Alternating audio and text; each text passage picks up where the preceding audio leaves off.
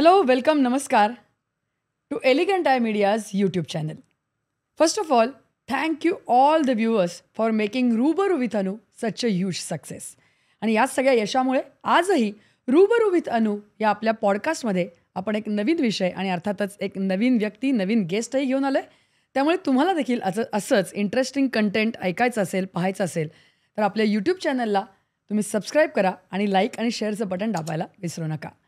आज रूबरू विथ अनुमध्ये मी अनुश्री तुमच्या सगळ्यांसाठी पुन्हा एकदा अत्यंत महत्त्वाचा पण थोडासा गंभीर विषय घेऊन आली आणि तो म्हणजे बदलती जीवनशैली आणि वाढलेले मानसिक आजार. अत्यंत महत्त्वाचा विषय आणि अर्थातच त्यावरती मार्गदर्शन करण्यासाठी आपल्याबरोबर चर्चा करण्यासाठी आज आपल्यासोबत आहेत doctor Shailesh Umate sir. Sir, कार्यक्रमात तुमचं अगदी मनापासून स्वागत. नमस्कार. नमस्कार. धन्यवाद. तर आपल्यासोबत आहेत डॉक्टर शैलेश उमाटे सर. ते स्वतः सायकॅट्रिस्ट आहेत, सेक्सोलॉजिस्ट आहेत आणि 20 वर्षांपेक्षाही जास्त काळ त्यांचा या सगळ्या क्षेत्रामध्ये अनुभव आहे. असंख्य पेशंट्सना त्यांनी आत्तापर्यंत चांगलं बरं केलेलं आहे. चांगलं यासाठी म्हणते कारण एक चांगली जीवनशैली आज ते जगताना दिसत आहेत. आणि त्यामुळेच आजचा जो विषय आहे तो आपला याच अनुषंगाने की बदलती आपली जीवनशैली आणि आज वाढलेले मानसिक आजार. आपण थेट जाऊया सरांकडे आणि आजच्या या संपूर्ण विषयाला सुरुवात करूया. सर, मी जसं म्हटलं की आजचा जो विषय आहे तो थोडासा गंभीर आहे. आपण तो हलका फुलका करूया कारण मी जसं आत्ता सुरुवातीला म्हटलं की आपल्याला ही जीवनशैली जी बदलली आहे आपली ती कुठेतरी चांगली करायची आहे, पॉझिटिव्ह करायची आणि त्या दृष्टिकोनातनं तुम्ही इतके वर्ष प्रयत्न करताय, एवढे पेशंट्स तुम्ही असंख्य बरं केलेत. पण सुरुवातीला मला थोडासा गंभीर भाग त्याच्यातला थोडा समजून घ्यायचा आहे किंवा प्रेक्षकांना समजवायचा आहे. आत्ता रिसेंटली आपण ज्या घटना बघतोय समाजामध्ये त्या कुठेतरी मनाला अस्वस्थ करतात. म्हणजे अक्षरशः हेलावून सोडणाऱ्या घटना आहेत. एक प्रसिद्ध डॉक्टर आणि खूप चांगलं नाव माणसाचं, त्या एवढे चांगले प्रसिद्ध असलेले डॉक्टर, त्यांनी आत्महत्या करावी. दुसरीकडे केस पुण्यातली आपण सगळ्यांनाच परिचित असलेली एक 23-24 वर्षाची मुलगी, लग्न झालेली, तिनेही तिच्यावरती जे काही मानसिक शारीरिक आघात झाले त्याचा कुठेतरी परिणाम तिच्यावरती एवढा झाला की तिनेसुद्धा आत्महत्येचं टोकाचं पाऊल उचललं. तर मला तुम्हाला विचारायचं हेच आहे की सुसायडल प्रवृत्ती असं म्हणतात आजकाल, किंवा एक कुठेतरी ही आत्महत्या करण्याची प्रवृत्ती खूप समाजात वाढताना दिसते. तर मग कुठेतरी असं दिसतं का की ही लोकं या सगळ्या गोष्टींवर कुठेतरी गिवअप करून आत्महत्येपर्यंत प्रवृत्त होतात, पण दुसरीकडे आत्महत्या करण्याची करेज किंवा ती कुठेतरी ही गोष्ट त्यांच्या मनामध्ये येऊ शकते? एवढ्या टोकाचं पाऊल ही लोकं उचलू शकतात का? हे एक प्रातिनिधिक म्हणून तुम्हाला एक उदाहरण दिलं मी. अशी असंख्य लोकं किंवा एक पेशंट्स म्हणून सुद्धा तुमच्याकडे येत असतील की ज्यांना सुसायडल ही प्रवृत्ती कुठेतरी त्यांच्यामध्ये दिसून येते आणि या लेवलपर्यंत ते जाऊ शकतात. काय सांगा? नक्की. हा खूप गंभीर विषय आहे आणि जो आपण मीडियामध्ये बघतो, म्हणजे डॉक्टरांचं उदाहरण घेतलात किंवा पुण्याची जी आत्ता आपण केस घेतली, ही समाजातली काहीच केसेस आपण बघतो. तसं बघितलं तर गेल्या काही वर्षामध्ये आपल्या भारतात आत्महत्येचं प्रमाण खूप प्रमाणात वाढलेलं आहे. म्हणजे आत्ता जर आपण बघितलं तर दरवर्षी जवळजवळ 7 लाख लोक आत्महत्या करतात आणि तो गेल्या 2-4 वर्षात वाढून म्हणजे ऑलमोस्ट 27% असं पर्सेंटेज वाढून आज आपण जर बघितलं तर 12.4 लोक पर लाख असं त्याचा समाजामध्ये इन्सिडन्स आहे. म्हणजे एवढी लोक आत्महत्या करतात आणि हा गंभीर विषय तर नक्की आहेच. आपण समाजात बघत असताना बरेच सामाजिक कारणं आपल्यासमोर येतात. म्हणजे फायनान्शियल स्ट्रेस आहे, रिलेशनशिपचा स्ट्रेस आहे, किंवा मुलांमध्ये आम्ही बघतो अकॅडमिक स्ट्रेस आहे, रिलेशनशिपमध्ये ब्रेकअप्स आहेत. अशी अनेक कारणं आपल्यापुढे दिसतात. इनफॅक्ट प्रामुख्याने वैवाहिक जीवनातील स्ट्रेस हा प्रमुख कारणही आम्ही बऱ्याच वेळेस बघत असतो. तर असंख्य कारणं असताना ही सामाजिक लेवलवर आपल्याला कारणं दिसतात आणि ह्या कारणामुळे त्रासित असलेली बरीच लोकं आम्ही बघतो. त्यातली काहीच आत्महत्याकडे वळतात. म्हणजे होतंय काय, सामाजिक कारण असताना जेव्हा मानसिक बदल होत असतात आणि त्या मानसिक बदलामुळे फायनल जे पाऊल आपल्याला दिसते ते आत्महत्येचं दिसतं. मग ते मानसिक बदल काय होतात?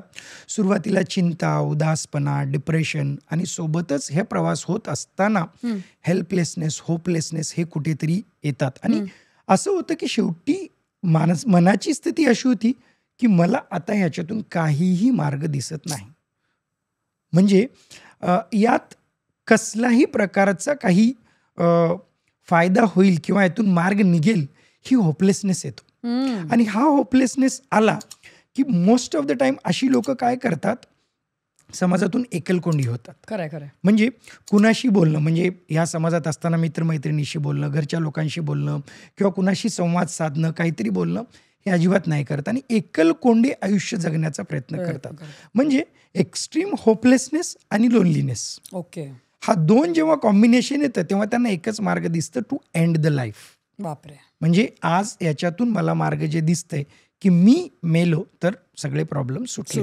ॲटलिस्ट म्हणजे सगळे प्रॉब्लेम खरं तर सुटत नाहीत, खरं आहे. म्हणजे प्रॉब्लेम तसेच राहतात. त्यातून होऊ शकतं की अजून काही वेगळे प्रॉब्लेम निर्माण होतात, पण ती वेगळे प्रॉब्लेम निर्माण होऊ शकतात. म्हणजे रिसेंट उदाहरण घेतलं तर मी मेल्यानंतर माझ्या मुलांचं काय होईल किंवा बाकी लोक काय विचार करतील याचाही विचार त्यांना येत नाही. त्याचं कारण जी सदसद विवेक बुद्धी असते ती पूर्णपणे काम करणं बंद होतं.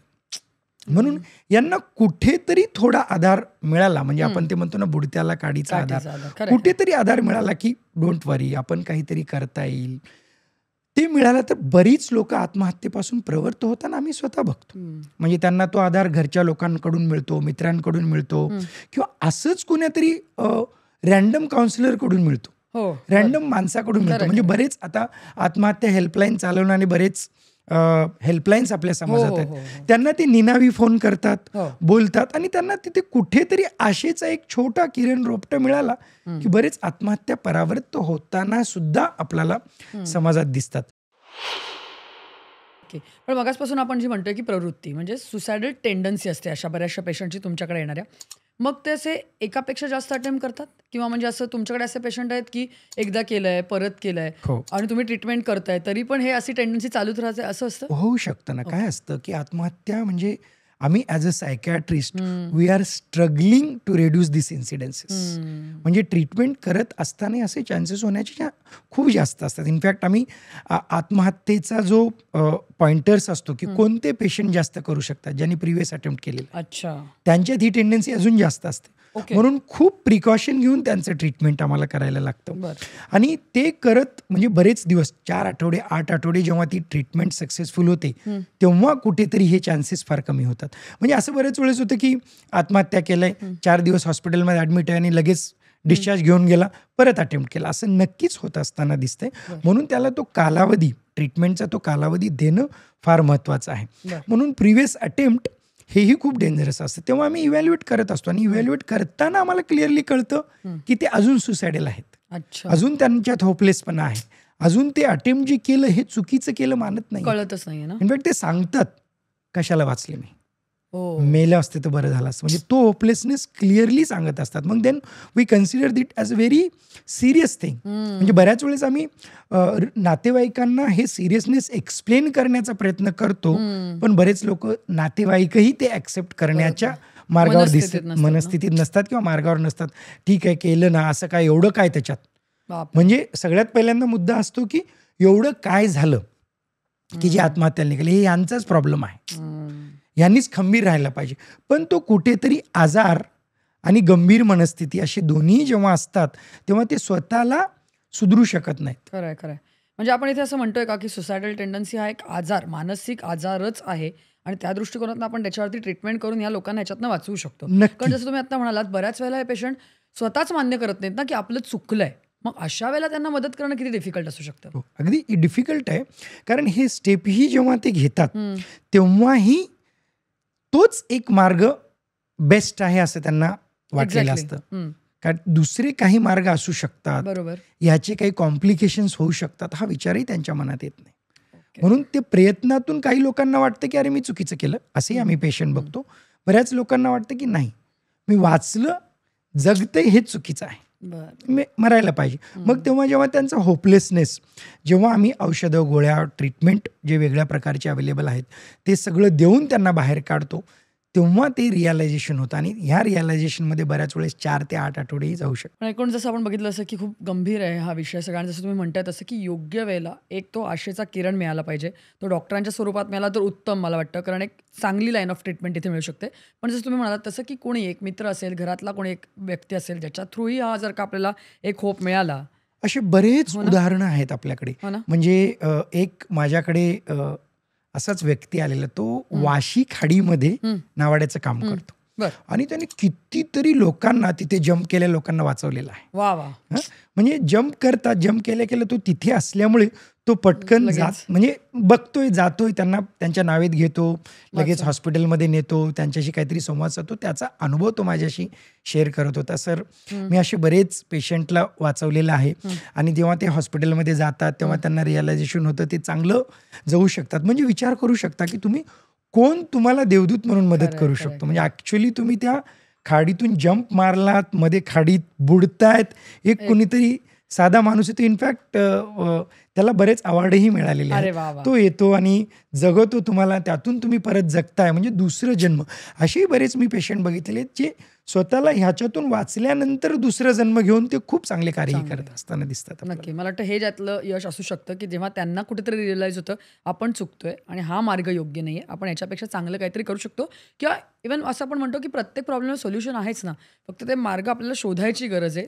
ती आशा कुठेतरी यांना दिसली पाहिजे. आणि ती शोधत असताना कुणीही मदत आपल्याला करू शकतो, ती मदत घ्यायची. खरं मदत घेण्याची मानसिकता ठेवली अगदी की बऱ्यापैकी आपल्याला वेगळे मार्ग आणि खूप चांगले मार्ग मिळू शकतात. खरं जसं आपण आज सुरुवातीला म्हटलं डॉक्टर की एकूणच ही सगळी जीवनशैली जी बदलते, लाईफस्टाईल जी चेंज होते, त्याच्यामुळे तुम्ही पण म्हणालात की अगदी लहान मुलांपासून असे लोक तुमच्याकडे येतात पेशंट म्हणून की ज्यांना आज करंट बघा ना तुम्ही, डिप्रेशन असेल, अँझायटी असेल, स्ट्रेस असेल, हे शब्द तर म्हणजे खरंच तुम्ही म्हणालात तसं लहान मुलं पण म्हणजे ते अगदी म्हणतात आई परीक्षा आले, स्ट्रेस आलाय. म्हणजे आमच्या वयात किंवा आपल्या वयात, तुमच्या वयात तुम्ही असं म्हटलंय का कधी, किंवा हा शब्द आपण ऐकलाय का कधी की स्ट्रेस आलाय. पण आता अक्षरशः म्हणजे खरंच कुठल्याही वयातली, कोणत्याही स्टॅटामधली कुठलीही माणसं घ्या, प्रत्येकाला स्ट्रेस असतो आणि तो स्ट्रेस त्यांना कुठेतरी त्यांना दाखवायचा असतो, जाणवत असतो. तर मग आपण एज वाईज जर का ह्याच्यामध्ये डिफरन्शिएट केलं थोडंसं, तर कशा प्रकारचे पेशंट म्हणजे स्पेशली आता तर लहान मुलांपासून आपण सुरुवात केली जर का, तर काय दिसतात समाजामध्ये त्यांना नेमके खरंच कुठले स्ट्रेस, कुठलं डिप्रेशन आहे, कसे पेशंट्स तुमच्याकडे येतात आणि मग काय अप्रोच असला पाहिजे साधारण? काय होतं की आता आपण जेव्हा बदलत्या जीवनशैलीचा विचार करतो तर त्यात बऱ्याच गोष्टी बदललेल्या आहेत. आपली लाईफस्टाईल बदललेली, आपली पॅरेंटिंग बदललेली आहे, आपलं मुलं वाढवण्याची कला बदललेली आहे. म्हणजे एक 30-40 वर्षापूर्वी आपण जेव्हा बघत होतो तेव्हा पॅरेंटिंगमध्ये काय होतं की मुलांना जेवण खाणं मिळालं पाहिजे, झोप मिळालं पाहिजे, बेसिक गरजा पूर्ण झाल्या पाहिजे. पण आज जेव्हा पॅरेंटिंग आपण बघतो, बेसिक गरजा ही प्रायोरिटी नाही आहे. मूल माझं खूप चांगलं काहीतरी केलं पाहिजे, म्हणजे लिव्हिंग बेसिक नाही आहे, तर त्यांनी काहीतरी समाजात खूप चांगलं केलं पाहिजे, त्याचं काहीतरी खूप भलं झालं पाहिजे. ही स्ट्रेस लहानपणापासूनच येतो. आणि सहसा काय होतं की एखाद्या कपलला 1 किंवा 2च मुलं असतात, म्हणून त्यांचं त्यांच्यावर कॉन्सन्ट्रेशन, फोकस हे खूप जास्त प्रमाणात असतं. म्हणजे त्यांचं अकॅडमिक स्किल आहेत म्हणा किंवा त्यांचे स्पोर्टिंग स्किल्स आहेत म्हणा, ते सहजतेने होणार असं नसतं. मग त्यातही त्यांनी टॉप केलं पाहिजे, त्यातही त्यांनी खूप चांगले मार्क मिळाले पाहिजे, अशी पालकाची सहज अपेक्षा असते. मग त्या अपेक्षेतून कधी त्या मुलात तणाव निर्माण होतो हे कळायला मुश्किल होतं. मग काय होतं की 5वी 6वी या म्हणजे 10 ते 12 वर्षाची मुलंही आम्ही डिप्रेशनमध्ये, म्हणजे एवढ्या कमी वयात डिप्रेशन आपण ट्रीट करतो.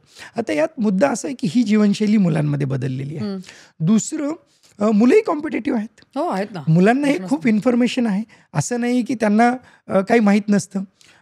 खूप सगळ्या गोष्टी माहीत असतात. म्हणजे नवीन बदललेल्या वर्ल्डमध्ये काय काय आलेले आहेत. म्हणजे इलॉन मस्क कोण आहे, ओके, किंवा त्यांची किती करोडची कार आहे, संपत्ती काय, करोडची कार आहेत, नवीन काय येतो, हे मुलं सांगताना मी आश्चर्यचकित होतो की अरे मुलं ही सांगू शकतात अशी. नवीन नवीन वेगवेगळे कार आलेले आहेत, ते ड्रायव्हर त्यांना गरज नाही, असं सगळी माहिती त्यांना असतं.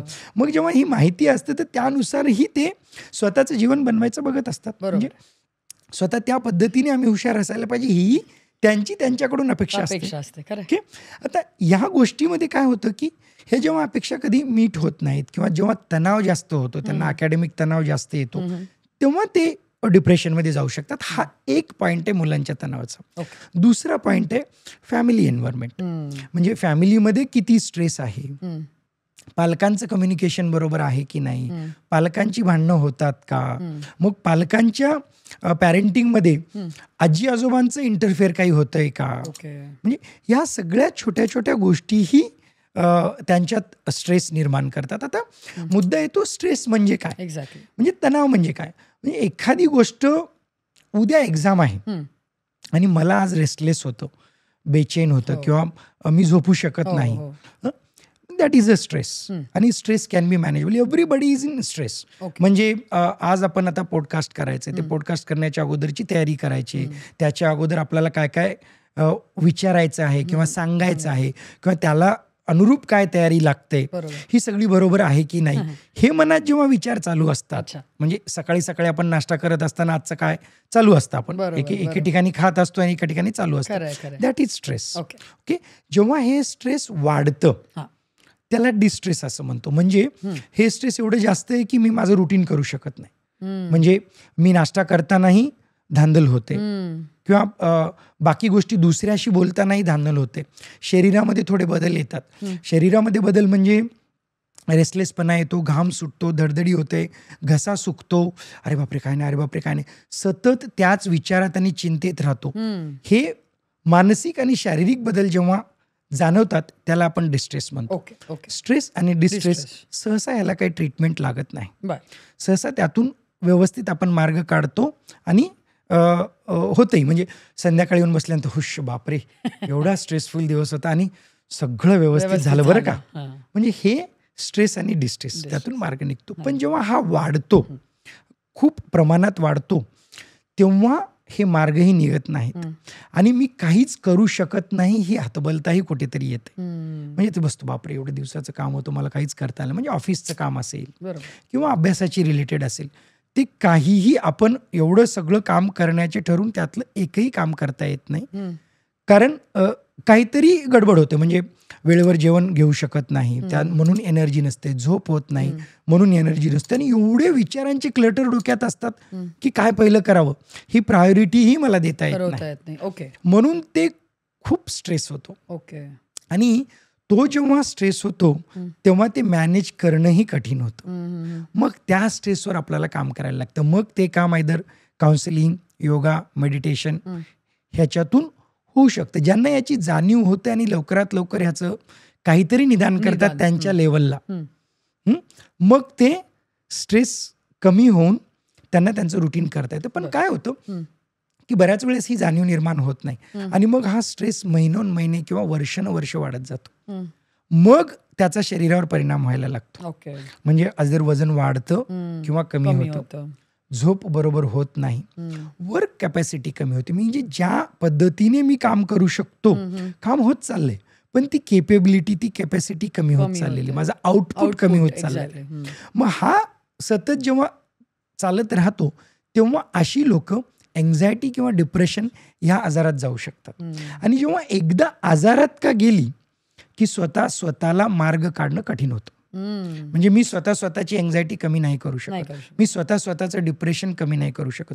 म्हणून बरेच लोक म्हणतात ना, ह्याला काय झालं एवढं डिप्रेशनमध्ये झालं, ह्याला काय झालं एन्झायटी व्हायला, एवढं सगळं तर आहे, स्वतःतून हाच बाहेर निघत नाही, हाच प्रयत्न करत नाही. जेव्हा आजार होतो तेव्हा स्वतःचे प्रयत्न कमी पडतात. म्हणजे उदाहरणार्थ असं साधं उदाहरण घेतलं तर एखाद्या मुलाला किंवा एखाद्या माणसाला ताप आला तर आपण त्याला म्हणतो का स्वतः ताप कमी कर, नाही करतायत, तेव्हा त्याला मदतीची गोळीची गरज असते. तसं जेव्हा एन्झायटी, डिप्रेशन हे एका लेवलला जातं तेव्हा काउन्सिलिंग ही काम होत नाही, त्याला औषधाची गरज असते. तर ते लेवल म्हणजे काय, मग त्याच्यात होपलेसनेस, हेल्पलेसनेस, मी काही करू शकत नाही ही मानसिकता, सतत उदास वाटणं, झोप बरोबर न होणं, आणि त्याच्यात सिव्हिरिटी म्हणजे आपण जो मगाशी बघितलेला तो आत्महत्येचा विचार. आणि त्याच्यात काय होतं की फटीग, म्हणजे पटकन थकायला होतं, उत्साह वाटत नाही, एनर्जी वाटत नाही, कोणतीही खुशी झाली ठीक आहे झाला असेल आणि काहीच नाही, असं जेव्हा निगेटिव्हिटी येते तो आजाराचा पार्ट असतो. मग ती निगेटिव्हिटी मुलांमध्ये येते, ॲडोलेसंटमध्ये येते आणि वयोवृद्धामध्ये येते. आता फक्त लक्षणं डिफरन्स कसे असतात, मुलांमध्ये चिडचिडेपणा खूप जास्त होतो, इरिटेबिलिटी खूप होतं. म्हणजे मुलं प्रत्येक गोष्टीला चिडायला लागतात, गोष्टी फेकून देतात. त्यांचं एवढं होतं की शाळेतही ते एखाद्या मुलांशी भांडणं करतील, टीचर्सच्या उलट उत्तरं देतील, टीचरशी भांडणं करतील, जे सहसा त्यांचा असा नेचर नसतो, हे मुलांमध्ये दिसतं. मग त्यांचं होमवर्क कम्प्लीट होत नाही, ते झोपत नाही. कधी कधी मुलांचा तणाव वाढल्यानंतर त्यांचं बेड वेटिंग, ज्याला अंथरूण ओलं करणं आपण म्हणतो, ते वाढतं. कधी कधी ते गप्प राहतात आणि आईवडिलांशी संवाद साधत नाहीत. स्कूलमध्ये गेले तरी गप्प राहतात, मुलांची खेळणं कमी होतं, त्यांचं मिक्सअप होत नाहीत मिक्सअप होत नाहीत, अशी काही बदल झाले तर आम्हाला क्लिअरली दिसतं की हे डिप्रेशनची लक्षणं आहेत. आता ॲडोलसंटमध्येही जेव्हा एक टीनेज येतो तेव्हाही त्यांची चिडचिडेपणा वाढतं आणि ही मुलं ना जास्त सबस्टन्स अब्यूजला जाण्याची शक्यता जास्त असतात. म्हणजे हे आयदर व्यसन करतात, म्हणजे सिगरेट असेल, तंबाखू असेल किंवा अल्कोहोल असेल किंवा आजकाल वीड असेल, ह्यामध्ये ते बरेच जातात. आणि बऱ्याच वेळेस असे ॲडिक्शन मुलं जेव्हा आमच्याकडे येतात तेव्हा आम्हाला दिसतं की अंडरलाईन कॉज हे त्यांचं डिप्रेशन असतं. तर त्यामुळे ही एक वेगळी प्रेझेंटेशन आपल्याला दिसतं. आणि त्यासोबतच मग त्यांचा लो फ्रस्ट्रेशन टॉलरन्स, की तो पटकन मी काही करू शकणार नाही हे वाटणं, होपलेसपणा वाटणं, परत उदासपणा वाटणं, एनर्जी नसणं, उत्साह नसणं, आनंद नसणं, हे लक्षणं तर असतातच. मग जेव्हा मिडल एजमध्ये येतात ही लक्षणं प्रामुख्याने दिसतात. आणि ओल्ड एजमध्ये बऱ्याच वेळेस ही लक्षणं असतात, स्वतःची काळजी घेत नाहीत, गप्प राहत असतात, चिडचिडेपणाही त्यांचा होऊ शकतो, विसरणं, फॉरगेटफुलनेस हाही त्यांचा एक पार्ट त्याच्यात असू शकतो. आणि बऱ्याच वेळेस काय होतं की ते ना सतत कंप्लेन करत असतात, जे ओल्ड एज असतात ना. म्हणजे एखादी गोष्ट त्यांनी सांगितली, मुलाला सांगितली, अरे माझ्यासाठी ना तू आज औषधं घेऊन ये बरं का.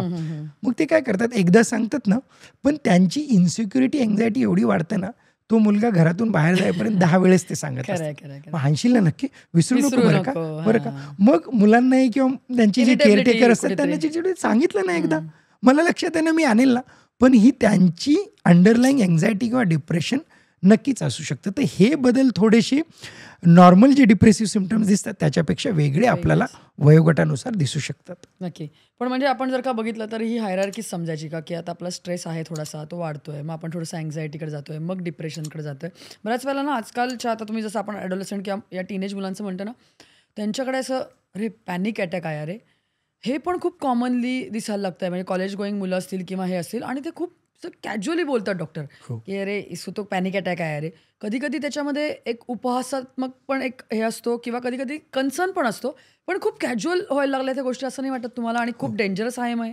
हो, बऱ्याच वेळेस काय आहे की काही शब्द जे आहेत, जसं तुम्ही पॅनिक म्हणालात किंवा डिप्रेशन म्हणालात, हे खूप कॅज्युअली ही लोक बोलू शकत असतात.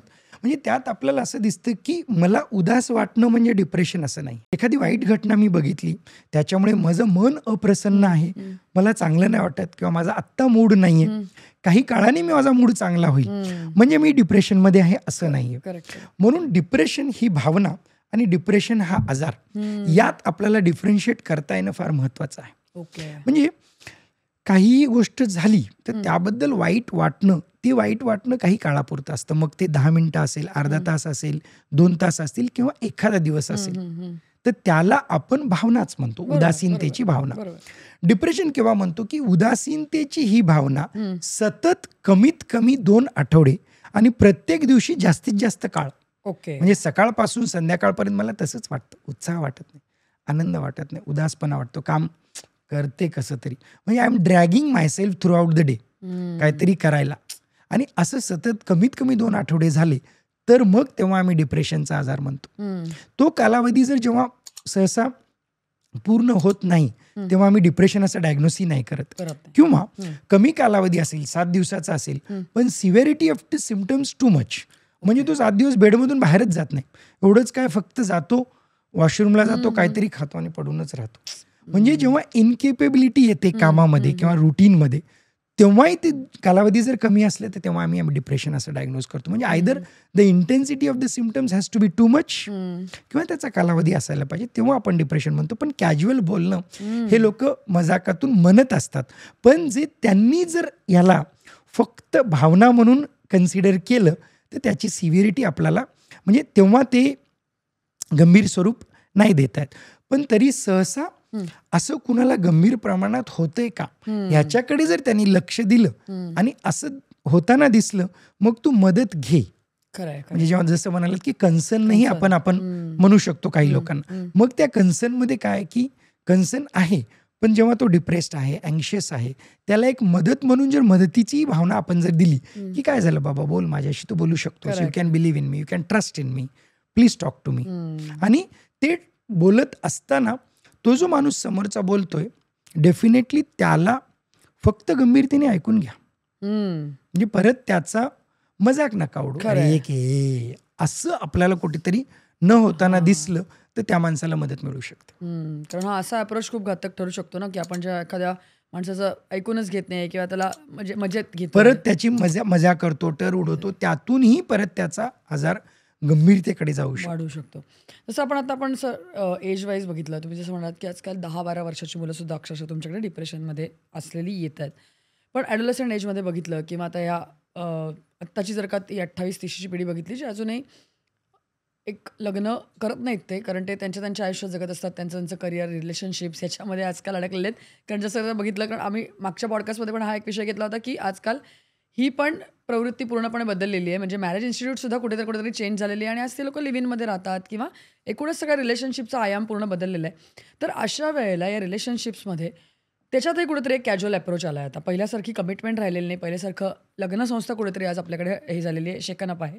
तर मग अशा वेळेला असे कपल्स किंवा अशी लोकं पण तुमच्याकडे ॲज अ पेशंट म्हणून येतात का, की ज्यांना खरंच म्हणजे या सगळ्या रिलेशनशिप्स नाही घेता येत आहेत म्हणून, किंवा मग त्या घेतल्या आहेत पण त्या सिरियसली पुढे नेता येत नाहीत म्हणून, अशा प्रकारच्या सुद्धा गोष्टी येतात? भरपूर. इनफॅक्ट असे बरेच पेशंट मी बघतो. काय होतं की कपल किंवा रिलेशनशिपमध्ये जेव्हा येतात तेव्हा ऑफकोर्स सुरुवातीचा अप्रोच जो असतो तो फन, कॅज्युअल किंवा नंतर त्यांचं सिरियस रिलेशनशिप डेव्हलपमेंट होत राहते. मग जेव्हा ते सिरियस रिलेशनशिप होतं आणि दोघंही एका प्लॅटफॉर्मवर नसतात तेव्हा त्रास सुरू होतो. म्हणजे एकट्याला कुणाला तरी ते रिलेशनशिप पुढे न्यायचं असतं, त्याचं कमिटमेंटमध्ये रूपांतर करायचं असतं किंवा लग्नात रूपांतर करायचं असतं आणि एकाला कुणाचं तरी करायचं नसतं. तेव्हा मग त्रास होऊ शकतो. म्हणजे दोन्हीलाही त्रास होऊ शकतो, की ज्याला न्यायचं नसतं त्यालाही त्रास होऊ शकतो, ज्याला न्यायचं असतं त्यालाही त्रास होऊ शकतो. आणि असे बरेच कपल आपल्याकडे काउन्सिलिंगसाठी किंवा त्यातूनही रिलेशनशिपमधूनही डिप्रेशन येणारे लोक आपल्याकडे येत असतात. म्हणजे त्यात स्वतःला क्वेश्चन करत असतात. बऱ्याच स्वतःच्या इनसिक्युरिटी त्यातून निर्माण झालेल्या असतात. मग then am I not a good person, have I not given everything to this relationship, where I have failed, it is my failure. अशा सगळे प्रश्न त्यांच्या मनात निर्माण होतात आणि ते प्रश्न निर्माण झाल्यानंतर सोडवत असताना कुठेतरी आयदर काही लोक फक्त काउन्सिलिंग आणि मदत म्हणून येतात, त्यांना खरंच डिप्रेशन किंवा अँझायटी नसतं, अशी लोक येतात. मग त्यांना आम्ही जेव्हा काउन्सिलिंग करतो त्या संभ्रमातून ते बाहेर पडतात. किंवा काही लोक ह्याच्यातून चक्क डिप्रेशन आणि अँझायटी डिसऑर्डर किंवा पॅनिकमध्ये जातात. मग त्यांना आम्ही तशा प्रकारचं ट्रीटमेंट देतो. तर आता होतंय काय की प्रायोरिटीज आपल्या चेंज झालेल्या आहेत. हो ना. म्हणजे मला एक व्यक्ती म्हणून, मग ती स्त्री असेल किंवा पुरुष असेल, मला काहीतरी स्वतःला एस्टॅब्लिशमेंट पहिल्यांदा करायचं, ती माझी प्रायोरिटी आहे. मग माझं जॉब आहे, माझं अर्निंग आहे, मग त्याच्यानंतर माझं लिव्हिंग स्टँडर्ड आहे, ओके, मग माझं सोशल लाईफ आहे, मग त्याच्यानंतर कमिटमेंट आणि माझं घर, मग त्याच्यानंतर मुलं बाळा. म्हणजे अजून ती समोरची पूर्णपणे चेंज झालेली आहेत. मग ही प्रायोरिटी देत असताना कुठेतरी सगळ्या गोष्टी व्यवस्थित नाही गेल्या तर त्रास होऊ शकतो. कुठेतरी एकाला आता वाटतं की नाही आता ही माझी प्रायोरिटी चेंज आहे, आणि प्रायोरिटी असतात त्या काय चेंज होत नाही असं नाही. वयानुसार, एक्सपिरियन्सनुसार चेंज पण होत असतात. बऱ्याच वेळेस जेव्हा हे चेंज होतात तो ॲक्सेप्टन्स करतानाही मुश्किल येतो लोकांना. ओके. म्हणजे मी 22व्या वर्षी माझी एक प्रायोरिटी आहे की मी जॉब करेल, अर्न करेल आणि 25-26ला काहीतरी लग्न करेल. पण 25-26 आल्यानंतर जेव्हा माझा रोल चेंज होतो तेव्हा असं होतं की नाही, आता ना मला एक परदेशात जायची संधी येते आणि खूप लुक्रेटिव्ह आहे, पण ॲट द सेम टाईम माझं रिलेशनशिप आहे किंवा मला लग्न करायचं आहे. मग आता कोणती प्रायोरिटी करू मी? मग तिथे जेव्हा कॉन्फ्लिक्ट येतात ना तेव्हा मग त्रास सुरू होतो.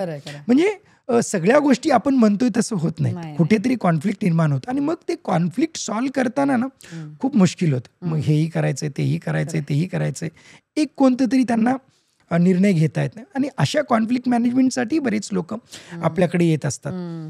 म्हणूनही बऱ्याच वेळेस काय होतं की लग्न उशिरा होतं आणि मग त्यातून अजून वेगवेगळे कॉम्प्लिकेशन्स निर्माण होतात. याही गोष्टी बऱ्याच लोकांना सायन्स बॅकग्राऊंड नसल्यामुळे कळत नसतात. म्हणजे ठीक आहे बाबा, आपण मग करू 30ला लग्न करू, मग तेव्हा आपण मुलाबाळाचा विचार करू, मग तेव्हा वयाच्या 30ला सगळं सेटल झालेलं असतं. मग then they think of marriage, but because it is 30 म्हणून स्त्रीला त्रास होतो की आता मूलबाळ कसं, मग it is a late age for pregnancy. म्हणून आता काय होतं की बऱ्याच वेळेस जर आपण आपल्या प्रायोरिटी चेंज नाही केल्या तरी आपल्याला त्रास सुरू होऊ शकतो. बरोबर आहे. म्हणून तर आपण कुठेतरी आज हे म्हणतोय ना, की बदलती जीवनशैली. जसं तुम्ही आता प्रायोरिटीचं पूर्ण हायरार्कीच सांगितली. किती चेंज झाली आहे ना बघा. म्हणजे गेल्या काही मला वाटतं 10-1 वर्षात सुद्धा जर का बघितला तर खूप मोठा ह्यूज डिफरन्स आहे. ह्याच्या आधी जर का विचारायचं असतं मी तुम्हाला हे म्हटलं असतं, की ब्रेकअपवाले डिप्रेशन येतात का हो डॉक्टर तुमच्याकडे? मला वाटतं ते अजूनही येत असतील. येतात. त्या गोष्टी पण कॉमन असतीलच. पण आता मग गोष्टी या पुढे-पुढे जात राहिल्यात कुठेतरी. कारण जसं मी म्हटलं, तुम्ही म्हणालात, की इन्सिक्युरिटी. कारण आता कमिटमेंटच नाहीये म्हटल्यानंतर नात्यामध्ये इन्सिक्युरिटी तर येणारच आहे. आणि एखादा माणूस जर का सीरियस होतोय, दुसरा होत नाहीये, तर मग तो प्रॉब्लेम वाढणारच आहे. त्याच्यामुळे ब्रेकअपवाले डिप्रेशन मला वाटतं आता थोडी कमी झाली असतील. नाही, असं तेही येतात आहेत? म्हणजे त्याचाही हे नाहीये. आणि दुसरा मुद्दा काय की कमिटमेंटच्या बाबतीमध्ये बऱ्याच लोकांना स्वतःला इन्सिक्युरिटी असते अच्छा. की मी कमिटमेंट नाही करू शकणार, अशी ती कमिटमेंट फोबिया म्हणताय तुम्ही. ॲब्सोल्युटली तसं होऊ शकतं. आणि मग त्यातूनही वेगळे प्रॉब्लेम त्यांनाही येतात आणि रिलेशनशिपमध्ये येतात. बरोबर. हे तर येत असतानाच काय होतं की ब्रेकअप होतो आणि कुठेतरी हा ब्रेकअपचाच प्रोसेस आहे ना. म्हणून म्हणजे तो स्लोली ब्रेकअप होतो. जोर का झटका धीरे से लगे असं कुठेतरी हे खरंय. दिसते आपल्याला. पण शेवटी काय होतं की मानसिकतेने हां. विचार असं होतं की मी फेल्युअर आहे का, खरंय, खरंय. किंवा कुठेतरी असं होतं की ही हॅज रिजेक्टेड मी और शी हॅज रिजेक्टेड मी. तो भावना जेव्हा येते ना तेव्हा त्रास जास्त होतो. म्हणजे Rejection. बेसिक तो रिजेक्शनवर जातो असं होतं. रिजेक्शनवर जातं. खरंय. हे नात्या संदर्भातलं झालं. पण आता जर का बघितलं तर या एजमध्ये जसं आपण मगाशी म्हणालो, की एक मिडल एजमध्ये करिअर किंवा आज जॉब आहे किंवा अशी जी आपण जसं म्हणतो की बदलती जीवनशैली त्याच्यामध्ये ते पण कुठेतरी एक स्ट्रेस आहेत, की आपल्याला पुढे जायचं आहे. कॉम्पिटिशन खूप हार्ड आहे.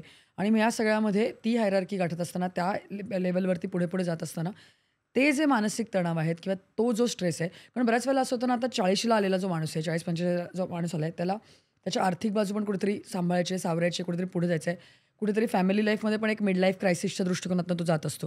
तर मग अशा वेळेला आलेले ताण आणि आत्ताची ही पूर्णपणे मानसिक, शारीरिक बदलती जीवनशैली जी आहे, त्याच्यामध्ये तो एक जो कॉन्फ्लिक्ट असतो, एक हे येतो, जो संघर्ष असतो, तो कशाप्रकारे तुमच्यापुढे आज दिसतोय तुम्हाला बदललेला?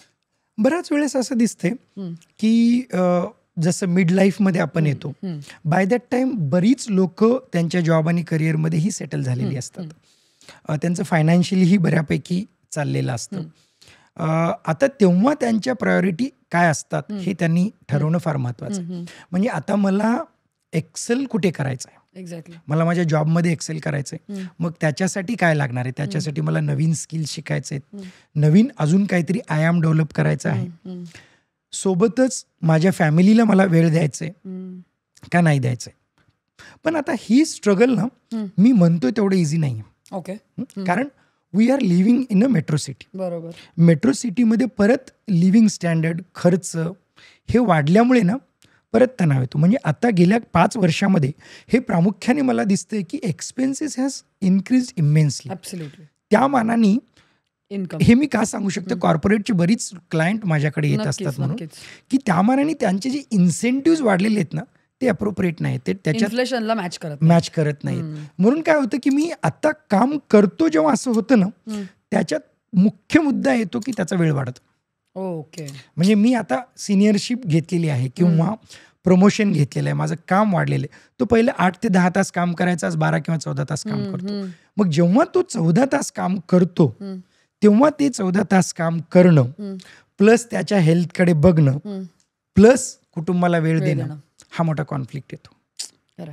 म्हणून त्याच्यात ना प्रायोरिटी करण्यामध्ये खूप गोंधळ उडतो. म्हणून ना खूप कॉन्शियसली तिथे आपल्याला निर्णय घ्यायला लागतो की खरंच हे 14-15 तास मी काम करून याचा माझा फायदा होणार आहे का, लॉंग टर्म फायदा. आज मला काहीतरी 1000 जास्त मिळतील, खरं, पण मला 5 वर्षांनी याचं मी कुठे आहे हा बऱ्याच वेळेस लोकांना विजन येत नसते. 5 किंवा 10 वर्षांनी मी कुठे असेल, म्हणजे माझ्या फायनान्शियल हेल्थमध्ये मी कुठे असेल, फिजिकल हेल्थमध्ये कुठे असेल, फॅमिली हेल्थमध्ये कुठे असेल, मुलांबरोबर मी कुठे असेल, हे बसून जो विचार करतो ना किंवा ज्यांना ही दृष्टी असते ते खूप चांगल्या पद्धतीने निर्णय घेऊ शकतात. आता ह्याच्याबरोबरच आहे फॅमिलीशी कनेक्ट राहणं. म्हणजे मी जॉबवर आहे, आय नो व्हेरी खूप बिझी आहे, मला वेळ मिळत नाही, पण एक लंचचा वेळ मिळाला किंवा चहा कॉफी घेताना वेळ मिळाला, connect with your family, call your close family members, wife आहे, आई वडील आहेत, मुलं आहेत, आणि आज टेक्नॉलॉजी आहे की you can not just talk but we can video call them. म्हणजे त्यांच्यात तुम्ही 5 मिनिटं त्यांच्याशी बोला. काय चाललंय काय नाही, तो कनेक्शन तुमचा होतो. मग घरी आल्यानंतर तुम्ही परत अजून एक जीवनशैली आपली बदललेली असते. घरी आलोत की आपण परत कामाची प्रायोरिटी किंवा आपलं सोशल लाईफ किंवा मोबाईल म्हणजे त्याच्यात आपण बिझी असतो. तर तेव्हा तुम्ही काय करू शकता की ते बाजूला ठेवून अर्धा तास 1 तास आपल्या मुलांबरोबर, घरच्यांबरोबर बोलणं, डायनिंग टेबलवर बोलणं, झोपत असताना बोलणं, ह्या गोष्टी जरी केलात तरी तुमचं कनेक्शन चांगलं राहू शकतं. ह्या छोट्या आणि साध्या गोष्टी आहेत ज्या आपण करू शकतो आणि करायला पाहिजे. मग आपण जे आलेले चॅलेंजेस आहेत ना त्याला आपण पेलू शकतो. आता हे पेलत असताना ज्याही गोष्टी मी 3-4 आपल्या प्रायोरिटीज सांगितल्या त्याच्यावर विचार करणं फार महत्वाचं आहे. आज जर का आपल्या सिनियर सिटीजन्सकडे जर का आपण लक्ष द्यायचं ठरवलं तर त्यांचे प्रॉब्लेम पण खूप वेगळे दिसतात. कारण आज बरीचशी आपली जनरेशन म्हणा किंवा आपल्या आधीची नंतरची जनरेशन परदेशी गेलेली आहेत, तिथे सेटल झालेले आहेत. त्यामुळे आज हे आईवडील आहेत, हे म्हातारे झाले आहेत, त्यांच्या एकमेकांबद्दलच्या जबाबदाऱ्या ज्या आहेत त्या त्यांच्यातच कुठेतरी वाटून घेतल्या जात आहेत. त्यांना शेअरिंग नाही आहे. केअरिंग करायचं झालं तरी फक्त पार्टनरच एकमेकांबरोबर केअरिंग करतायत. तर मग अशा वेळेला एक त्यांचा जो आलेला लोनलीनेस आहे किंवा त्यांना जो एक कुठेतरी एक इन्सिक्युरिटी आली आहे की आज जर का परवाचंच तुम्हाला एक उदाहरण सांगते. एक मराठी TV ॲक्ट्रेस आहे, त्यांनी उषा नाळकर्णी, आपण नाव घेऊच शकतो, त्यांनी असं एक स्टेटमेंट दिलं की मी आता 79 वर्षाची झाली आहे आणि त्यांच्या भावाचं नुकतंच निधन झालं आहे. त्यांचं मला वाटतं मुलगा जवळपास कोणी नाही आहे. त्यांनी अक्षरशः म्हटलं आहे मीडियामध्ये येऊन की आज जर का माझ्या घरात एकटे राहताना मी पडले तर कोणी मला बघायला सुद्धा नाही आहे. तर मला ती आता भीती वाटते. तर मग मला एकदम मला हे ऐकून सुद्धा कसं तरी वाटलं की खरंच आज माझे आईवडील असतील किंवा उद्या आपण सुद्धा या एजमध्ये जाणार आहोत. तर मग ती एक भीती असेल किंवा ती एक इन्सिक्युरिटी असेल किंवा तो त्या काळातला त्या वेळेतला येणारा एक लोनलीनेस असेल, तो कशाप्रकारे मग त्या वयातल्या लोकांनी मॅनेज करायचा, हँडल करायचा आणि त्या लेवलला आपण प्रत्येक जण जाणार आहे आयुष्यातल्या त्या टप्प्यावरती. प्रत्येक माणूस जर का जाणार आहे तर मग काय, मग प्रिव्हेन्शन काय घेता येईल, त्याच्यावरती क्युअर काय असू शकतो, काय नेमकं करता येऊ शकतं? गंभीर समस्या आहे. आता जसं मीही बरेच पेशंट बघतो जे वयोवृद्ध आहेत, त्यांची मुलं अमेरिकेत, इंग्लंड इकडं तिकडं सेटल झालेली आहेत, त्यांच्याकडे कुणी नाही आहे किंवा ते नवरा बायको राहतात, त्यातला एक पार्टनर नाही आहे, एकटेच आहेत, असं लोनलीनेसही आलेलं आहे. तर हे सामाजिक बदल आहेत. म्हणजे काही वर्षापूर्वी कुणीतरी आपल्याबरोबर एकत्र कुटुंब पद्धती असल्यामुळे कुणीतरी असायचे. काही वर्षापूर्वी असंही होतं की 2-3 मुलं आहेत, 1-2 बाहेर गेले, 1-2 जवळ आहे, असंही होतं. आज 1 किंवा 2 आहेत, दोन्ही परदेशात आहेत, अशी स्थिती आपल्याला दिसते. ओके, ही स्थिती अजून वाढतच जाणार आहे. या सगळ्यामध्ये जे आहे, मग आता मी मागे जे सांगितलं होतं की कुटुंबाशी तुम्ही संवाद साधा, ते हेच प्रिव्हेन्शन करण्यासाठी. म्हणजे तुमच्या मुलांना तुम्ही आत्तापासून बोला, म्हणजे तुम्ही म्हातारे झाल्यानंतर ते तुमच्याशी बोलतील. हे फार महत्वाची गोष्ट आहे की काय होतंय की आत्तापासून तुम्ही संवाद साधत असल्यानंतर ते बाहेर जाणं हा प्रॉब्लेम नाही, नक्कीच नाही. ते बाहेर राहणं हाही प्रॉब्लेम नाही, पण तिथे राहून तुम्ही कनेक्ट राहणं हा महत्वाचा मुद्दा आहे. आणि कनेक्शनसाठी वेगवेगळ्या गोष्टी आहेत. मग काय होतं की फक्त होतंय काय की मुलं फिजिकली तुमच्याकडे नाही येऊ शकत, ते तिथून तुमचा सांभाळ करू शकतात. आणि सांभाळ करत असताना वेगवेगळ्या समाजामध्ये मदत करणारी लोक आहेत, डॉक्टर आहेत, सोशल वर्कर आहेत, नर्सेस आहेत, काही इल हेल्थ झालं तर त्या गोष्टी आहेत, किंवा कोणी केअरटेकर म्हणून तुमच्याकडे राहणार आहे, जसा लोनली माणूस आहे त्यांच्याकडे कोणी केअरटेकर म्हणून राहणारा, असंही आपण त्यांची मदतीची जोड लावून देऊ शकतो. पण काय दिसतं मला की ह्या सगळ्या सुखसोयी आपल्याला आहेत, पण जो प्रॉब्लेम आहे तो भावनिक आहे. बरोबर. म्हणजे जो लोनलीनेस आहे तो भावनिक आहे. म्हणजे तिथेही काय होतं की सगळं आहे माझ्याकडे, मी बाहेर गेल्यानंतर माझ्याकडे आता फिल्म स्टारच घ्या, त्यांचं उदाहरण गेलं तर बाहेर गेल्यानंतर 10 लोक त्यांच्याशी बोलतील, 10 लोक त्यांच्याबरोबर बसून गप्पे मारतील, पण त्यांना जो कनेक्शन पाहिजे तो कनेक्शन दिसत नाही. मग तो त्यांच्या जवळच्या नातेवाईकांबरोबरचा असतो. मला वाटलं माझ्या मुलांशी बोलायचं आहे, माझ्या नातवंडांशी बोलायचं आहे, त्यांच्याबरोबर खेळायचं आहे. तर हे जो कनेक्शन आहे तो निर्माण करणं महत्वाचं आहे. आपण कुठेही गेलो धरतीच्या पाठीवरती, तिथून आपला इमोशनल कनेक्ट करणं फार महत्वाचं. मग ते आपल्याबरोबर आहे, आपल्या कुटुंबियाबरोबर आहे, आपल्या नातवंड म्हणजे त्यांच्या मुलांबरोबर आहे, हे नेहमी करत असणं. मग त्याच्यासाठी तुमचं भेटणं, मध्ये मध्ये कधी तुम्ही भेटणं, टाइम स्पेंड करणं हे फार गरजेचं आहे. काय होतं की रेजिस्टन्स दोन्हीकडून येऊ शकतो. म्हणजे आता जे आज वयोवृद्ध आहेत, तर माझ्या मुलाकडे कुठे अमेरिकेला मी भेटायला जाऊ, बरोबर. कुठे त्यांच्याकडे राहू. असंही होतं, मुलं तयार असतात की तुम्ही या 15 दिवस राहा, मग आमच्याबरोबर राहा. मग तिथं मला सगळं मानवेल का, तिकडं माझं खाणं पिणं होईल का, तुमचं हे होईल का. पण थोडं यांनी तयारी ठेवायला पाहिजे की जायचं, मुलं गेली ना आपली, आपण जाऊन तिथे काही दिवस राहायचंय, नाही म्हटलं परत यायचंय, परत जायचं. ही राहणं फार महत्वाचं आहे. बरोबर. समजा ते नाही आले तर त्यांनी पूर्ण कुटुंब घेऊन यांच्याबरोबर येणं, कुठेतरी हा कनेक्शन ठेवणं महत्वाचं आहे. तर हे जर आपण कनेक्शन ठेवून भावनांना जर जपलो, भावनिक इन्सिक्युरिटी जर निर्माण नाही झाली, काही प्रॉब्लेम येत नाही. जे सहसा मी बघतोय ते भावनिक इन्सिक्युरिटी सगळ्याच गोष्टीतून. मग ती भावनिक इन्सिक्युरिटी एवढी वाढून डिप्रेशनमध्येही जातात, बरेच कन्वर्ट होतात. म्हणून वयोवृद्धांमध्ये भावनिक दुरावा जेव्हा खूप व्हायला लागतो तेव्हा आजाराचाही काही पार्ट आहे का हे बघणं गरजेचं आहे. आता हे आजार डिप्रेशनचा आपण बोलतो, डिमेन्शिया म्हणजे ज्याला विसरणं होतं, तोही खूप मोठ्या प्रमाणात आपल्याला दिसतोय. मग काय होतं की अरे आम्ही एवढ्या वेळेस आमच्या पालकांना सांगतो, आई वडिलांना सांगतो, ते ऐकतच नाहीयेत, मुद्दामच करतात, त्यांना आमची काळजीच नाही, असं मिसकन्सेप्शन मुलांना येऊ शकतं. पण ते कुठेतरी आजार आहे का हे फाइंड आउट करणं आणि त्यातून काही मार्ग मिळतं का हे बघणंही तेवढंच गरजेचं आहे. नक्की.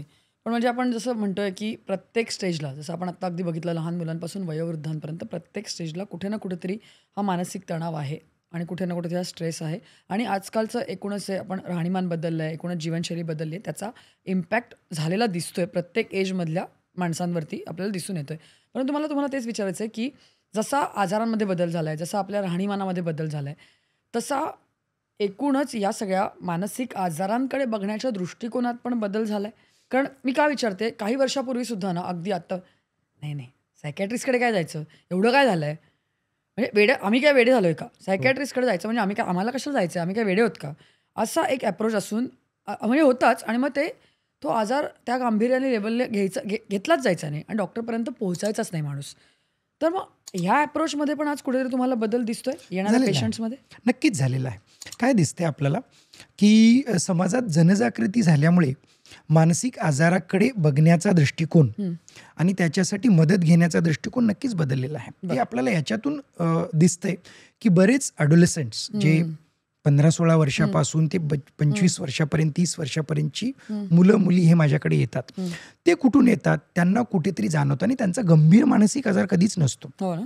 त्यांना रिलेशनशिप इश्यू असतात किंवा त्यांचं करिअर काय करावं मला सुचत नाहीये, मला मार्गदर्शन करा, ह्यापासून ते मला डिप्रेशन आलंय ह्यापर्यंत ही लोक येतात. आजच्या पिढीमध्ये तुम्हाला सेक्शुअल ओरिएंटेशनचे सुद्धा केसेस येत असतील सर? सेक्शुअल ओरिएंटेशनचे, सेक्शुअल प्रॉब्लेमचे हेही केसेस आपल्याकडे अगदी येतात. हे का झालेलं आहे शक्य?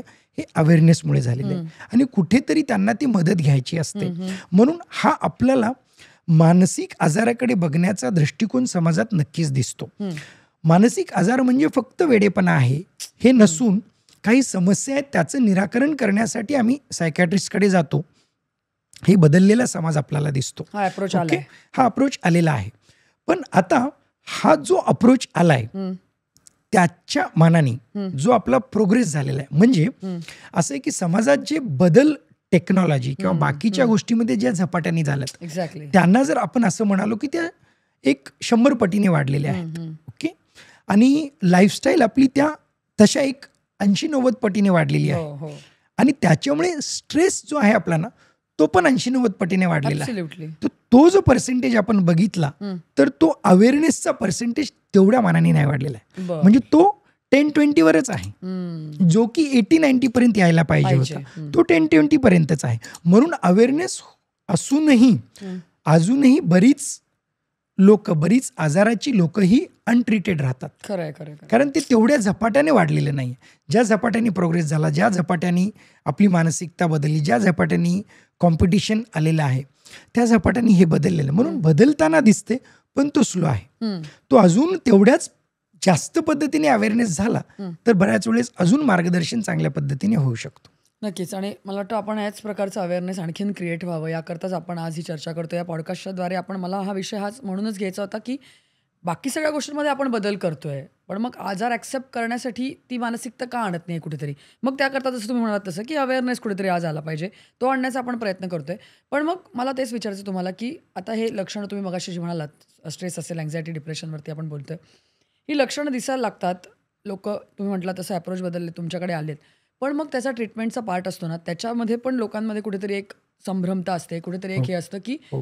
ही ट्रीटमेंट घेताना फक्त काउन्सिलिंगनीच होईल का? मला औषधं घ्यायची नाहीत. अगदी बरोबर आहे. किंवा औषधं घेतल्यानंतर अरे ह्याची औषधं म्हणजे मला फक्त झोप येणार. मग माझी बरोबर. प्रोडक्टिव्हिटी कुठेतरी कमी होते का? बरोबर. तर मग त्या ट्रीटमेंट पार्टबद्दल सुद्धा अजूनही लोकांमध्ये तेवढं म्हणावं तेवढं जागरूकता पण नाही, अवेअरनेस पण नाही, इन्फॉर्मेशन पण नाही आहे. तर त्या दृष्टिकोनातनं काय सांगाल? म्हणजे हे कुठल्याही प्रकारचे मानसिक आजार घेऊन तुमच्याकडे आलेले पेशंट आहेत, त्यांना ट्रीट करण्याचा तुमचा अप्रोच आणि ॲटिट्यूड कशाप्रकारे असतो आता? हो.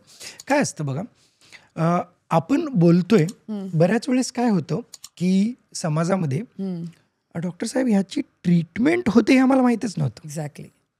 या पद्धतीने लोक आपल्याकडे येतात आणि ट्रीटमेंट घेतात.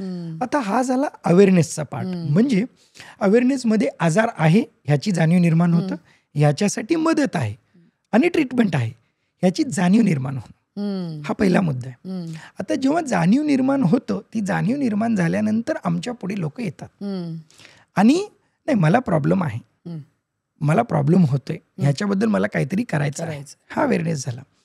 अवेअरनेस झाल्यानंतर अवेअरनेसच्या समोरची एक स्टेप असते, ती म्हणजे ॲक्सेप्टन्स. ओके. काय होतं की हे सगळं मला माहिती डॉक्टर, पण आता ना मला याच्यातून बाहेर येण्यासाठी ना जे करायचं आहे, म्हणजे जी काही मी सांगतो, समजा तुम्ही समुपदेशन घ्या, काउन्सिलिंग करा, तुम्ही औषधं घ्या, इथंच सांगतात नाही आम्हाला नाही करायचंय किंवा आम्हीच स्वतः काहीतरी करणार. म्हटलं तुम्ही स्वतः प्रयत्न करून तर इथेपर्यंत आलात म्हणून माझ्याकडे आलात. तुम्ही स्वतः केला तर माझ्याकडे आलाच नसतात. जग जाहीर आहे की नाही. तुमचंच तुम्ही चांगले झालात असे कितीतरी लोक जे स्वतः चांगले होते ते आमच्याकडे येतात का? नाही येत. ज्या पद्धतीने तुम्ही माझ्याकडे आलात तर the efforts are not working. Why they are not working? Because तुम्हाला एक मदतीची गरज आहे, that either in term of medication और काउन्सिलिंग. मग काय होतं की तो ॲक्सेप्टन्स येत नाही. तो ॲक्सेप्टन्स काय येत नाही, परत त्याच्यात त्यांना अजून अवेअरनेस नसतो. मग मेडिकेशनचे साईड इफेक्ट जसे म्हणाला ते होतात का, मग मेडिकेशननी मला हार्म होईल का, मेडिकेशननी अजून काहीतरी डेव्हलप होईल का, मग ह्याच्यावरच मला अवलंबून राहायला लागतील का, डिपेंडन्स आहेत का, मग हे झोपेच्याच गोळ्या आहेत का, असं सगळं मनात असतं. आणि तेही बऱ्याच वेळेस आम्ही सांगतो की ह्या झोपेच्या गोळ्या कोणत्या असतात, कोणत्या नसतात, मग कुणाला ॲडिक्शन होतं, कुणाला नाही होत आहे, आणि हा आजार कसा आहे, मग याचा उपचार कसा आहे, या सगळ्या सांगितल्यानंतर त्यातली काही लोक ट्रीटमेंटला तयार होतात. तरी त्यातली काही लोक ट्रीटमेंटला तयार होत नाहीत. मग ते म्हणतात की मग आम्ही काउन्सिलिंग करूनच बघूया, मग काउन्सिलिंगनीच बरं होतं का बघूया, किंवा आम्ही काय करू 3 महिने वाट बघू आम्ही, मग त्याच्यानंतर बघू. मग अशा वेळेस काय होतं की जेव्हा आपण सगळी इन्फॉर्मेशन तेव्हा देतो, आपले अनुभव त्यांना समजवतो, आणि त्यातले पॉझिटिव्ह आणि निगेटिव्ह, म्हणजे तुम्ही लवकर ट्रीटमेंट सुरू कराल, लवकर बरे व्हाल, त्यातली तुमची प्रॉडक्टिव्हिटी वाढेल, ओके, परत रिलॅप्स होण्याचे चान्सेस नसतात. म्हणजे आज जे आम्ही बऱ्याच वेळेस बघतो की ड्युरेशन ऑफ अनट्रीटेड इलनेस, म्हणजे आजार झालाय आणि त्याची ट्रीटमेंटच घेतली नाही, हे 10-10 वर्ष आहे. बापरे, एवढं जास्त आहे. तर त्यात काही लोक हे पण असतात की आम्ही अजून 3 महिने बघतो, 4 महिने बघतो.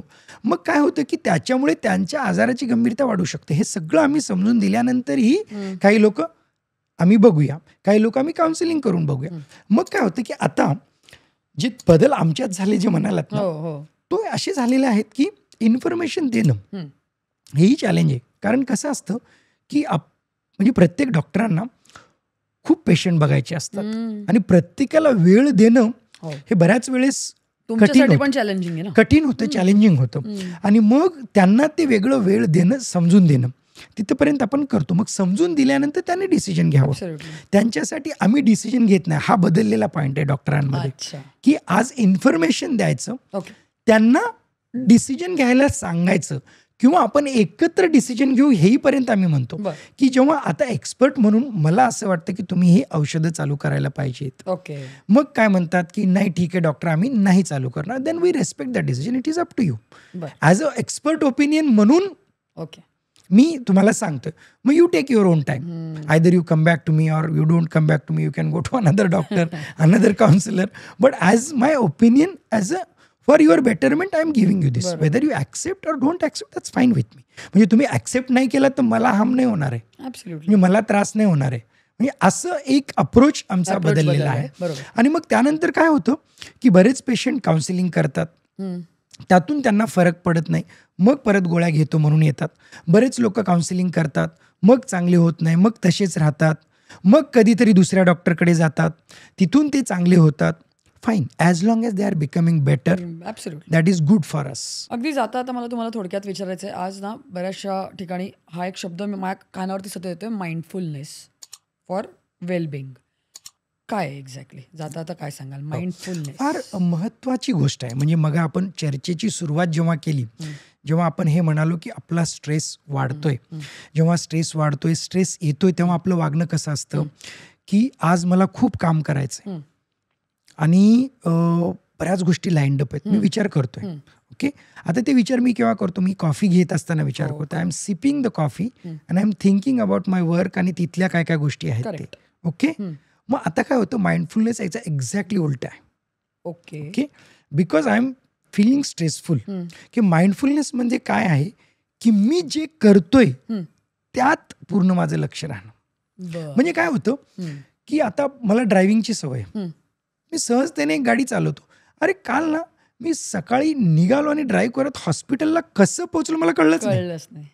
म्हणजे I am doing my all activities perfectly fine, okay okay. But I am in my mind is in not in that activity. Right right. म्हणजे रोबोटिकली झालं गाडी चालवणं. म्हणजे मी कॉफी पितोय, पण ते कॉफीचा सिप घेताना तो जो आनंद मला मिळतोय तो घेत नाही. तो मी घेत नाही. ओके. कळलं? म्हणजे आता समजा आपण असं विचार केलं की नाही आपण ना रिलॅक्स होऊ आणि विकेंडला आपण कुठेतरी, म्हणजे आता पावसाचा सीझन येतो तर पावसाच्या ठिकाणी मस्त जाऊ. आणि ना मी गेलो तिथे एका हॉटेलात राहिलो, खंडाळा किंवा लोणावळ्याला गेलो. हॉटेलवर अगदी निसर्गरम्य दृश्य होता, ते मी बघत होतो आणि ते बघत असताना तो कॉफी घेत होतो. आणि तेव्हा ना मला रिअलाइज झालं त्या कॉफीचा काय सुगंध असतो. मस्त वाटतं मला. तो पावसाचा आवाज मला येत होता, त्यात मला तो कॉफीचा सुगंध, आणि तो मी असा सिप केला, मस्त वाटलं मला. म्हणजे आता इथे काय माइंडफुलनेस आहे की I am in with the environment. Okay, got it. म्हणजे तिथे तो पाऊस पडतोय, तिथे ते निसर्गरम्य दिसतोय आणि मी माझी कॉफी सिप करतोय. हे तिथे मी एकरूप झालो आणि माझा स्ट्रेस कमी झाला. 100% तिथेच आहे. हा, पण आता हे माइंडफुलनेस ना दररोज आपण करू शकतो, प्रत्येक क्षणाला करू शकतो. Okay okay. ना we are doing this podcast, आणि या पॉडकास्टमध्ये मी आहे आता. मी जे बोलतोय ते ऐकतोय. तुमच्याशी संवाद साधत असताना तुमचे एक्सप्रेशन काय होतात, तुम्ही काय बोलता, त्याच्याकडे माझं लक्ष आहे. इथे मी कम्प्लिटली आहे. That is my mindfulness. Okay okay. मी आता विचार करत नाही की मी डॉक्टर आहे, माझी आता अपॉइंटमेंट, पेशंट थांबलेले आहेत आणि आता मला जायचंय, मी कसं जाईल, अरे बापरे किती वाजले, ओ माय गॉड 1 घंटा गेला. नाही माझ्या डोक्यात. माझ्या डोक्यात आत्ता जी मी काम करतोय, I am mindful in that. मी माझं काम करत असताना जरी तुम्ही माइंडफुल केलात ना, तुमची बॉडी खूप रिलॅक्स राहते. म्हणजे आता बघा ना, मग 1 तास आपण बसलोय, सो मच रिलॅक्स. आपलं काहीही असं हार्टबीट वाढत नाही, धडधड होत नाही, किंवा काहीतरी डिस्ट्रेस वाटतोय असं होत नाही. म्हणजे we are that much mindful आणि we are focused in our work. म्हणजे बऱ्याच वेळेस असं होतं की अरे मी एवढं काम केलं ना, मी संगीत ऐकत होतो ना, 2 तास मी ऐकला, पण मला तहान लागली, मला याची जाणीव नाही झाली, किंवा मला भूक लागली याची मला जाणीव नाही झाली. मग एकदा ते संपलं की मला ह्या गोष्टी जाणीव झाल्या. तर दॅट इज माइंडफुलनेस. म्हणजे ते दररोज जरी आपल्या कामात आपण केलं ना, ते मच बेटर. मस्त. मला वाटतं खूप साधा सोपा उपाय असं म्हणायला हरकत नाही, आणि हा घरगुती लेवलवरती आपण करू शकतो जर आपण तेवढा अवेअरनेस ठेवला किंवा फोकस ठेवला. तर मला वाटतं खरंच एक मेंटल वेलबिंगसाठी माइंडफुलनेस खूप चांगल्या प्रकारे काम नक्की करू शकतो सर. तर एकूणच आपला हा विषय सर खरंच खूप गंभीर होता, पण आपण खूप हलका फुलका करायचा प्रयत्न केला. आणि जसं तुम्ही म्हणालात तसं खूप महत्त्वाचे मुद्दे तुम्ही त्याच्यामध्ये मांडले. आणि हे जे मानसिक आजार आहेत त्याच्याकडे आपण फक्त आजार असं करून न बघता, जर का आपण त्याच्याकडे एक अशा पद्धतीने की आपण एक मदत म्हणून जाऊ शकतो डॉक्टरकडे, वेळेवर जाऊ शकतो, आणि याच्यामधनं एक चांगली जीवनशैली जगण्याच्या दृष्टिकोनातून प्रयत्न करू शकतो.